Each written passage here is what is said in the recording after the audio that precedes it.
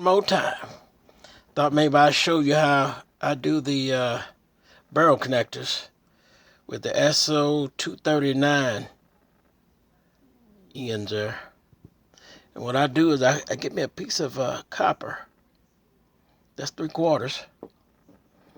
And I think that's about a 3/4 of an inch in length there, maybe an inch. And I put them together like that.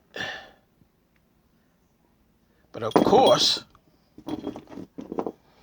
I take and drill a hole straight through there. Come out on the other end there.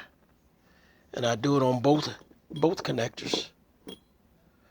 And then I get a piece of 12-2 wire to come through there. After I drill that through, and I put all that through there like that.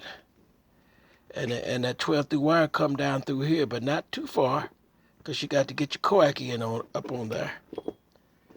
And put the bolts in it like that. Then I get me a soldering gun and solder it down deep down in there on both ends. Then if it's too much, I take the drill and drill it out. That way the coax will go in. And normally after I get through with that, I solder the ends on the bolts. Ends on the bolts. And as you can see, this one here, I hadn't finished this one. Actually, I haven't finished none of them other than one because I forgot to do it. Anyway, that's the way it's supposed to turn out.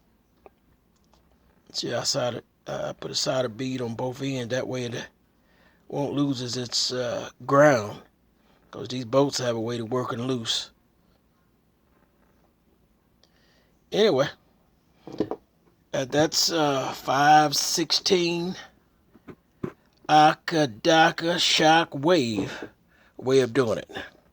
The Kanbingen barrel connector to join two pieces of coax together. Bake, bake, bake.